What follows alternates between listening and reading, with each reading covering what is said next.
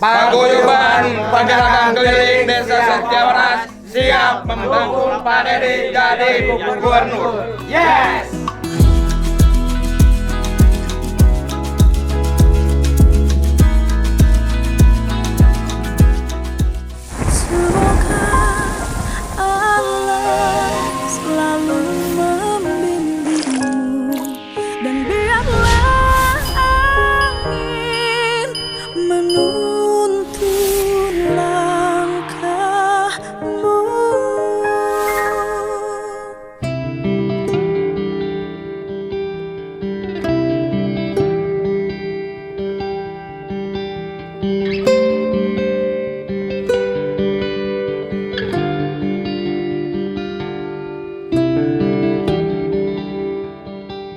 Tuntutan pemerkosaan tidak ada, kan tidak ada tuntutannya kan?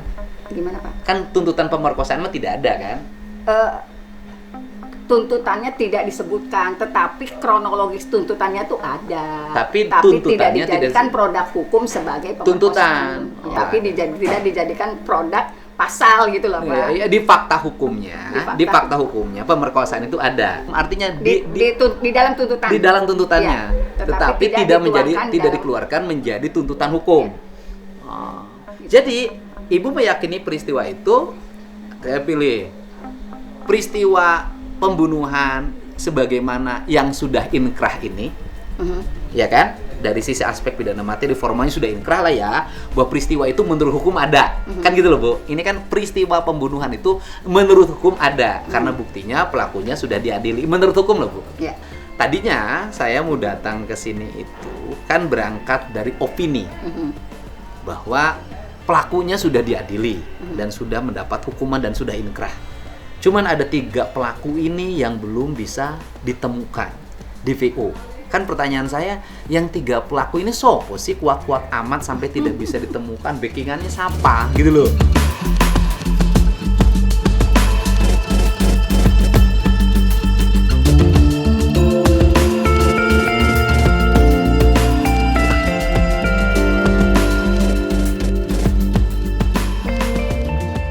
Sampai dibikin opini kan, bawa nama orang, bawa nama pejabat kepolisian kan nggak enak juga kemana-mana. Nah, sehingga ketika bertanya pada orang yang sudah mendapat hukuman dengan tuduhan gitu loh kan, itu saya gampang dong nanyanya. Yang 3 orang tuh siapa sih kamu kenal? Ternyata kan tidak kenal. Ngomong-ngomong sih Pak. Gitu. Jadi adik kan pulang 2020 tuh. Adik tuh pulang kan ikut program ponisnya 8. Pulang kan 2020 bulan. Nah, dari 2000 pulang tuh harusnya kan kalau emang 3 DPO itu ada kan 2020 kan adik kan udah pulang. Kenapa nggak ditanyain? Dari awal pulang tuh nggak ada yang ke rumah. Ya makanya kan saya sendiri kan gampang. Iya, kalau yang 3 orang ini pelakunya ada, harusnya kan tinggal nanya sama dia, teman kamu siapa sih yang belum ketangkap? Atau kamu bisa ngomong dong, saya ditangkap di penjara, kamu enggak. Nah, kan kamu ngasih kompensasi apa? Gitu loh, biasa gitu. Terus logika dasarnya kan orang-orang kalau habis ngebunuh kan pada kabur Pak. Itu mah seolah-olah biasa aja malah nongkrong di tempat kejadian. Waktu ditangkap tempat kejadian ada lagi di situ. Iya, ngapain coba? Nongkrong juga. Nggak kabur. Kalau saya enggak, saya pulang PKL. Bukan, ini teman-temannya nongkrong. Kalau teman-teman saya emang biasa aja di situ Pak. Ini artinya ini dan teman-teman ada nongkrong di iya, situ. Dia kan ke situ. Jadi dianggap membunuh pada waktu ditangkap itu dalam posisi nongkrong di tempat biasa. Iya, tidak ada wajah panik. Nggak ada, biasa aja Pak. Tidak ada harus kabur. Nggak ada. Tidak ada ke rumah gemetar. Nggak ada. Makanya kan ada polisi masa disamperin. Dia ngaco. Ya kan ada polisi. Gimana kamu waktu ditangkap gimana prosesnya? Kamu ditangkap nih. Masa ada polisi yang nyamperin? Santai-santai senyum-senyum. Nah, kan? Kamu kan di tempat nongkrong nih di sini nih. Nanti saya besok besok mau saya ke tempat nongkrongnya. Jadi tadi ini kan kamu mau ngembaliin motor tuh, yang habis ngisi bensin.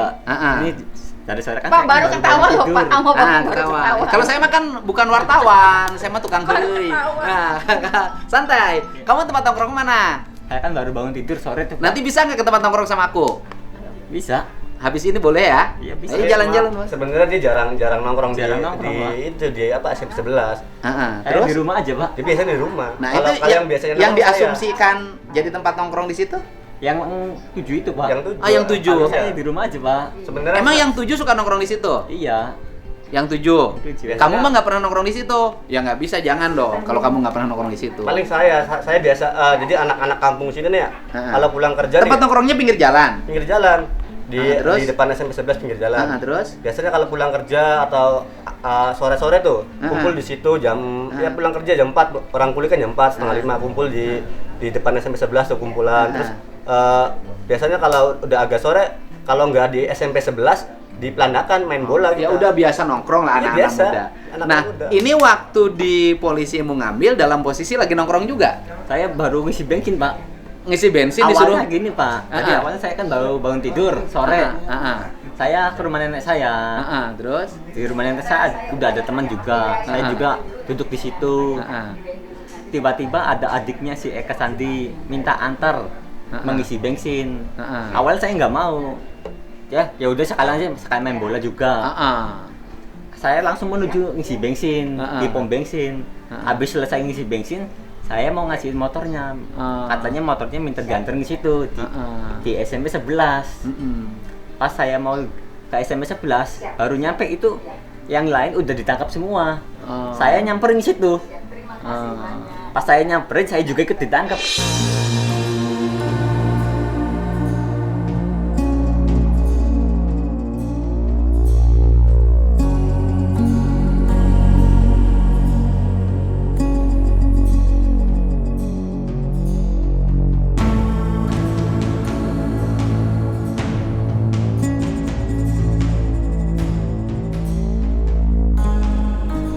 Nggak nanyain apa-apa, langsung main bawa-bawa aja.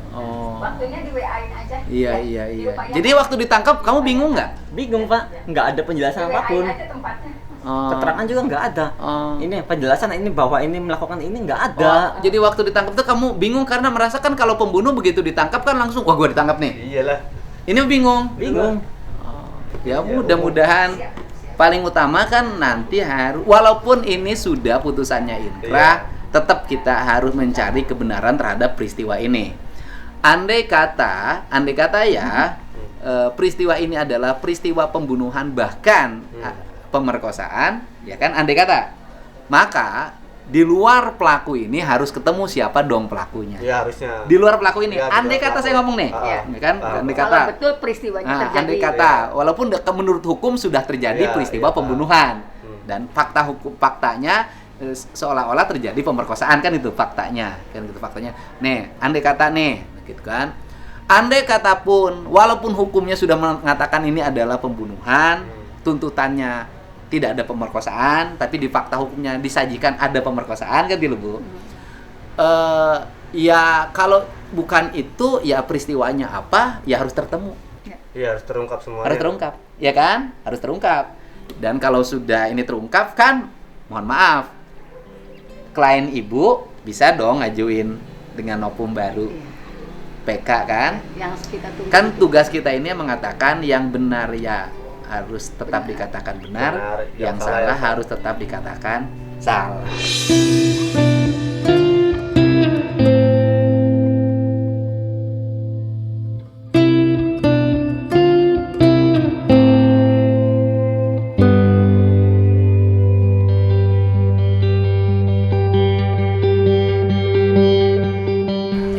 Saya mah nggak ngapa-ngapain.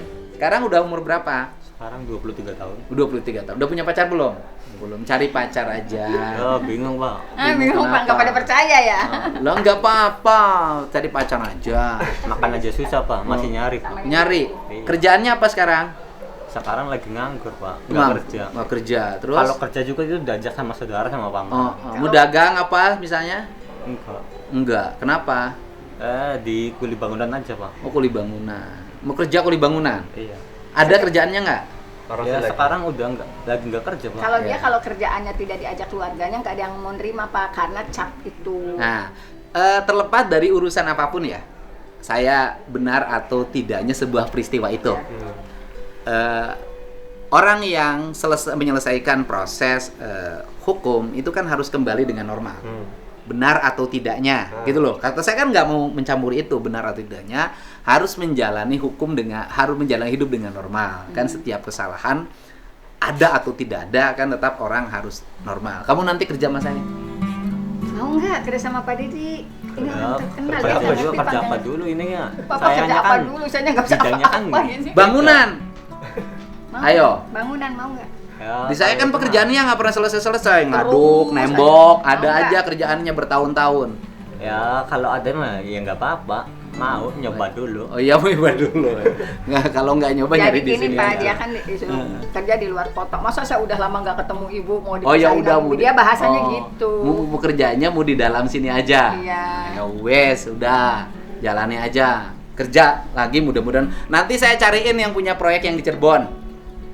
Ya. Iya, Pak. Kerjanya mau di sekitar sini aja. Tapi kalau di Cirebon bingungnya saya nggak punya motor, Pak. Sampai sekarang juga nggak punya. Itu kalau saya terlepas dia atau salah atau tidak, saya nggak mau mencampuri ya, karena kebenaran Allah yang tahu. Tapi orang tetap harus menjalani kehidupan dengan baik. Dia harus menjalani kehidupan yang normal untuk terbebas dari tindakan-tindakan hukum, ya, yang melanggar hukum, ya. Tenang dengan saya kan, nggak tegang kan? Oh, nggak tegang. Saya kan bukan wartawan, saya buayawan. Iya.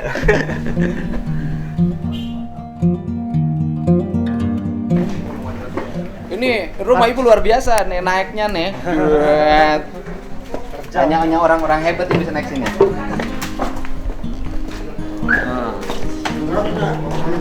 Wah, olahraga tiap hari. Ini ruang bawah tanah. Lama Pak, ya mah kata kalebet mah dari anu berarti. Ruang bawah tanah. Ini nggak kelihatan. Ini anak-anak muda nongkrong sini. Ya, tidak boleh mabuk, tidak boleh Nongkrong minuman. sini. Waduh. Kamu SMP? Kelas berapa? Pak. Hah? Kelas 3 Oh, SMP. Iya. Merokok. Emang udah punya duit buat beli rokok? Udah punya duit belum buat beli rokok? Aku nanya doang. Aku nanya doang. Udah punya duit belum untuk beli rokok? Ada lah duit sendiri. Ada duit sendiri. Cuma nanya. Ada ya di sendiri. mau bayar, Om? Hasil dari apa? Game. Hah? Game. Main game. Kamu suka dapat main game? Iya. Turnamen dia pak. Oh, turnamen? Iya. Oh, dapat. Dapat berapa? Mau bayar? Hah? Kalau menang bisa 20.000. Oh, menang dapat 20.000. Kalau kalah? Aduh, jadi sorot terus. Ya nggak apa-apa. Harus mempertanggungjawabkan apa yang diucapkan. Nah, kalau menang dapat berapa? 20.000 bisa. Kalau menang, kalau kalah? Ya nggak dapat. Nggak dapat. Main game ya? Iya. Dapatlah 20.000, beli rokok sebungkus. Wah, udah punya pacar belum? Parah-parah. Banyak. Banyak. Oh, yang playboy siapa? Ini nih. Oh, kamu playboy? Enggak. Oh, aduh. Gimana sih rasanya punya pacar banyak? Enak. Oh. Punya berapa sekarang? Udah nggak ada. Nggak ada. Kasih dong buat saya satu. Tuh ini nih banyak nih. Oh, dia banyak. Banyak dia pacarnya. Dia 10. Oh, kamu? 1. Wah. Anak muda. Iya. Cirebon. Kabur Pak, kabur. Kabur kalau ada saya. Nah, ibu gimana, Bu? Ini hasil visum.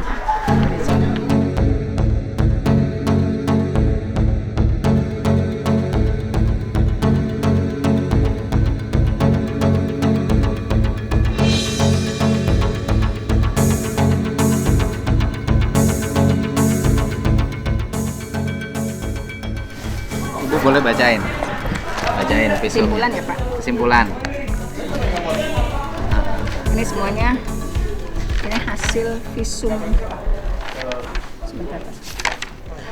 Nah ini udah otopsi ya Pak, hasil Ah. otopsi. Oke. Ya. Kesimpulan hasil visum ini hasil otopsi. Hasil otopsi berarti mayat itu jenazah sudah dikuburkan kemudian digali kembali. Oke. Hasil otopsinya. Kesimpulan pada mayat laki-laki berusia sekitar 16 tahun ini tampak mayat dalam kondisi membusuk, terdapat tanda-tanda trauma tumpul pada kepala berupa patah tulang atap tengkorak bagian depan dan belakang, patah tulang dasar tengkorak, patah tulang rahang atas dan patah tulang rahang bawah yang dapat mengakibatkan kematian.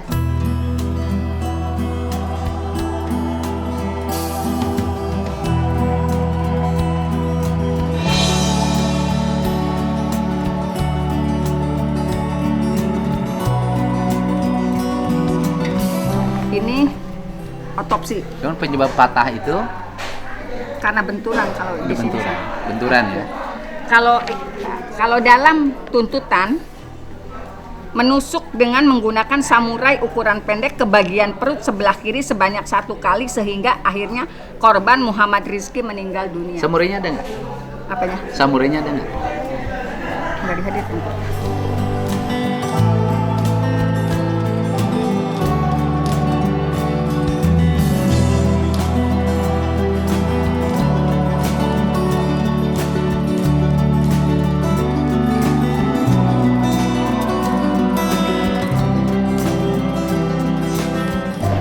Kan di situ bahwa pembunuhan terjadi itu karena ditusuk pakai samurai, ya Kan nggak kan? ada darahnya Pak, jadi nggak dihadirkan. Ya kan, samurainya ada nggak? Ada Pak. Terus kan ada sidik jari di samurainya. Nggak tahu Pak. Sidik jari samurainya ada Nah, nggak? kalau begitu jangan cerita Pak, harusnya yang membuktikan jaksa Pak. Ya, ini Saya nggak. Ini penjelasan fakta. dari Penjelasan, pengacara. Ya, gitu. Itu aja kan Bu ya? Pak. Ya. Oke.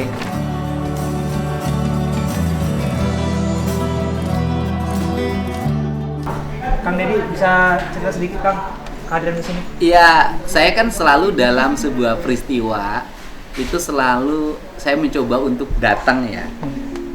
Kasus kecelakaan saya datang berawal dari orang kehilangan motor, ibu kehilangan anaknya mau jualan nasi goreng, kan itu peristiwa. Nah, tidak dalam kesubstantif dari peristiwa itu yang menyangkut hukum karena itu bukan wilayah saya. Nah, saya datang ke sini juga sama. Pertama, rasa penasaran saya terhadap opini yang berkembang. Opininya adalah ini 8 orang sudah jadi terpidana, kan gitu. Yang 1 sudah pulang karena di bawah umur, yang 7 mengalami pidana seumur hidup. Di pidana seumur hidup itu terlepas ya salah atau tidaknya dalam perspektif kacamata hukumnya sudah salah, ya kan gitu, kacamata hukum ya, kacamata hukum formal sudah salah. Pasti kan meninggalkan ayah dan ibu di rumah yang mengalami derita, gitu loh. Sehingga saya selalu terbayang gimana ya keluarganya, kan. Kemudian juga terhadap korban misalnya, pasti menimbulkan derita terhadap korbannya. Tapi kan hari ini korban dalam posisi berbeda. Bagaimana kita berkomunikasinya. Nah, kemudian ada penasaran saya, gitu loh. Penasaran saya itu adalah ini opini berkembang kan, opini berkembang di media sosial, apalagi sudah diomongin seorang pengacara ternama Indonesia, Bang Hotman. Ada 3 orang pelaku yang belum tertangkap, kan gitu. Polda diminta segera lakukan penangkapan, kan gitu loh. Saya ini agak berpikir, kok 3 orang belum ketangkap, yang 7 sudah ketangkap? Kan ini geng, kan dalam otak saya pertama ini geng nih, geng motor nih. Kan tinggal nanya sama yang 7. Yang 3 ini siapa sih, rumahnya di mana? Ah, cemen itu mah, gitu loh. Tetapi setelah saya datang ke sini, bertemu orang tua yang dianggap menjadi pelaku utama dan menjalani pidana seumur hidup. Orang tuanya meyakini anaknya tidak melakukan, gitu. Apalagi anaknya mengalami latar belakangan dan tidak gaul gitu. Kemudian bertemu juga dengan yang sudah bebas karena dia di bawah umur, dan Saka ya, Saka. Kemudian dan saya nanya juga kan bahwa yang 3 orang ini siapa sih? Nah, dia jangankan jelasin yang 3 orang ini siapa gitu loh. Yang 7 orang aja masih bingung, tidak merasa ya, walaupun secara hukum dibuktikan merasa berdasarkan vonis hakim, tidak merasa. Nah, dari situ kan saya melihat ada sesuatu yang harus dicari kebenarannya. Betul. Harus dicari kebenarannya sehingga peristiwa ini didudukan pada proporsi yang sebenarnya. Walaupun dari sisi hukum belum selesai dong. Ada yang disebut dengan PK ya Bu ya. Nah, PK harus ada novo. Nah, sehingga ya kalau memang ibu ingin ngajak saya, ini kan mencari kebenaran, sama-sama mencari nopung baru, ya ayo sama saya ayo kita cari nopung baru sampai ibu bisa melakukan peninjauan kembali sehingga nanti terjawablah publik ini peristiwa apa.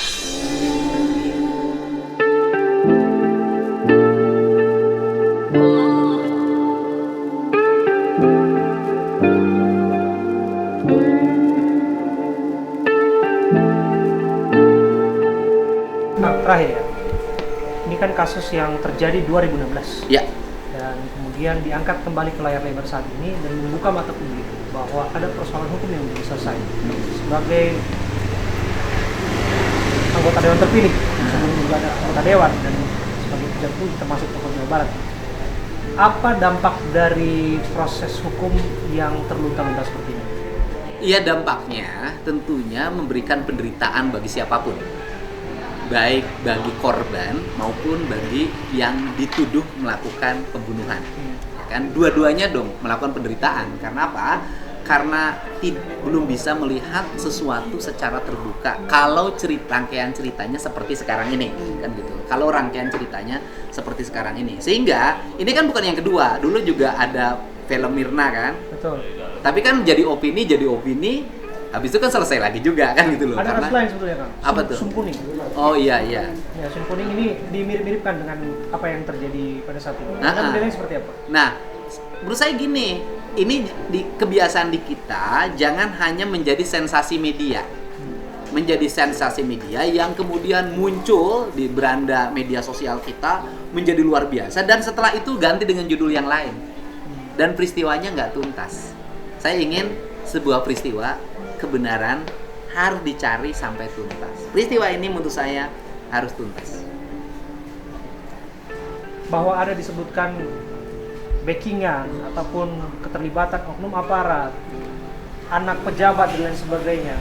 Kami sudah mendengar isu itu, apa tanggapan Saya Anda? mendengar isu itu dan itu yang membuat saya penasaran. Kan karena disebutlah di situ anak politisi, anak anggota Polri, kan itu disebutkan di situ. Tetapi setelah saya bertemu tadi dengan Saka, kemudian bertemu dengan pengacaranya, saya jadi bertanya, yang 3 ini siapa?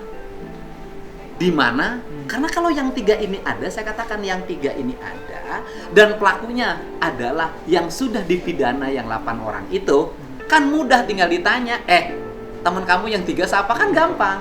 Ini kan yang 7 orang ini, yang 8 orang ini kan tidak tahu. Ya gimana kita menemukan yang 3 ini, sehingga untuk sementara ini tidak dulu kita membuat asumsi-asumsi. Ya kan, mengarah ke sana kemari menjadi sensasional. Karena menjadi sensasi kalau dihubungkan dengan keluarga politisi, keluarga Polri, pasti sensasional. Pasti jadi gorengan. Menurut saya kita lihat proporsinya dulu, kita cari kebenaran yang seobjektif mungkin. Caranya gue tadi cari novum.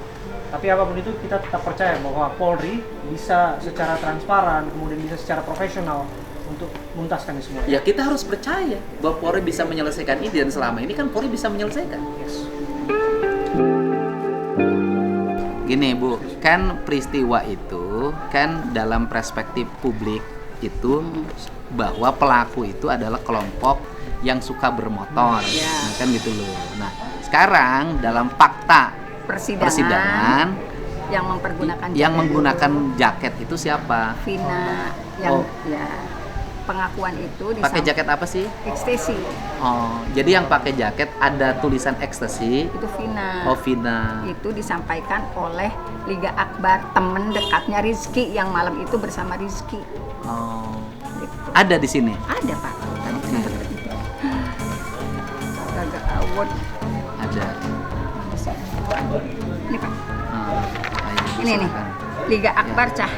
Ini teman dekatnya Rizky. Teman dekatnya Rizky. Iya. Liga Akbar mengatakan nih. Saudara Vina menggunakan motor Yamaha Scion warna kuning hijau Tosca, yang mana pada saat itu Saudara Vina almarhum menggunakan jaket bertulisan ekstasi, yang mana kami melewati Jalan Perjuangan Majasem. Oh. Jadi yang pakai jaket itu, tapi jaket ini tidak dihadirkan dalam persidangan sebagai barang bukti, Bapak.